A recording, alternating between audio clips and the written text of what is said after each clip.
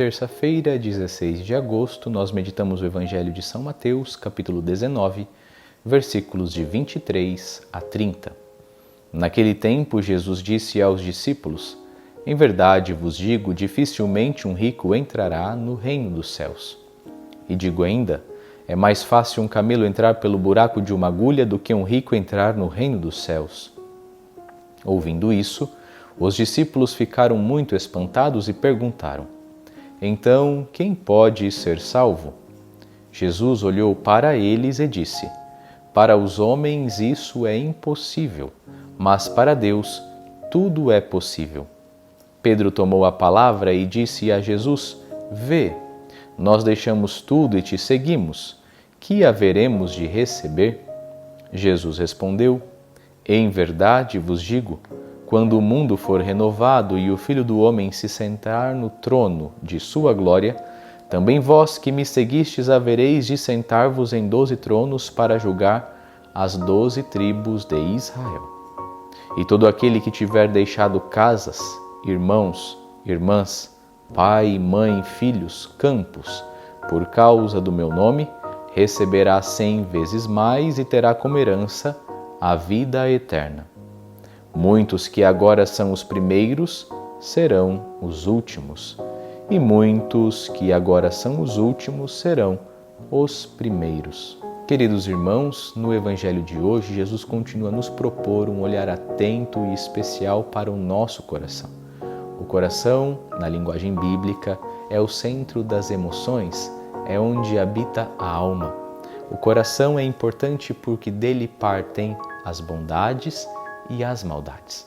Jesus hoje nos convida a nos questionar sobre a hierarquia do nosso coração.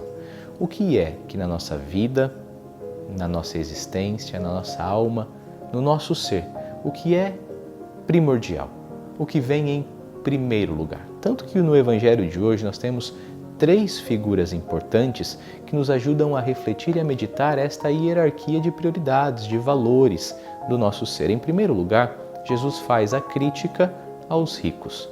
Obviamente, Jesus não está criticando os ricos por serem ricos, mas a crítica é ao apego desordenado das coisas materiais. Por que é que Jesus critica os ricos? Critica os ricos por causa da idolatria. O ser humano é assim. Diante do crescimento de seus bens, tende a apegar-se a esses bens e, apegando-se a esses bens, fazer destes bens a sua segurança, a sua divindade, a sua finalidade.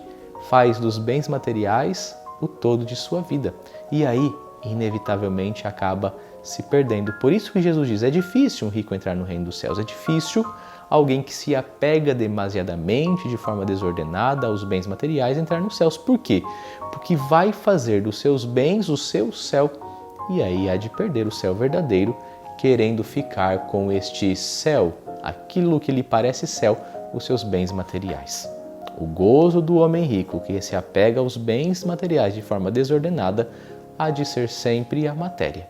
E como bem sabemos, toda a matéria passa, somente Deus permanece eternamente. Por isso, a reflexão que fazemos também é sobre o nosso apego.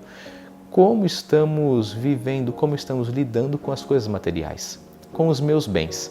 Eu sou refém deles, eu estou viciado neles, estou viciado nesta corrida por ter, ou eu sei me utilizar deles para fazer o bem? Sei partilhar, sei ser bom com aquilo que Deus me ajudou a conseguir. Depois, a segunda figura importante é a figura da possibilidade da salvação. Vão perguntar para Jesus, então quem pode ser salvo? Jesus diz, todo mundo.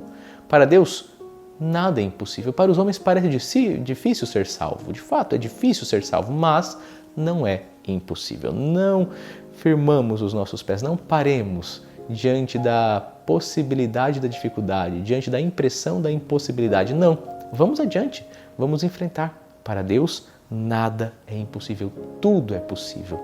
Diante das dificuldades da nossa vida, diante daqueles problemas que nós vamos percebendo que estão a nos tirar do caminho da salvação, lembremos dessa palavra do Senhor. Quem pode ser salvo?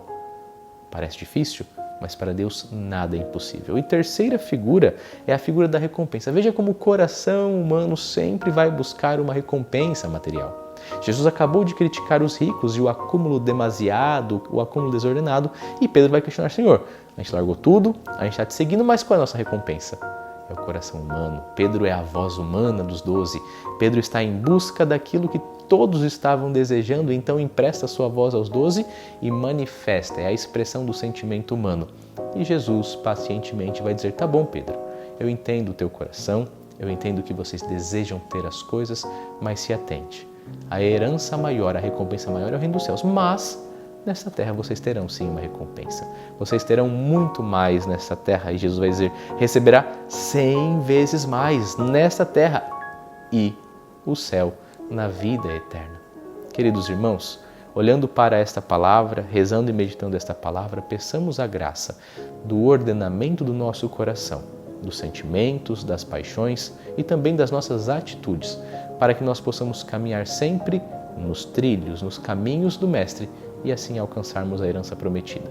Não herança que se acumula e que é traça e que o ladrão rouba, mas a herança eterna perpétua, o coração de Deus, o céu. Deus abençoe você, sua família e venha em auxílio às suas necessidades. A palavra de Deus é caminho de salvação.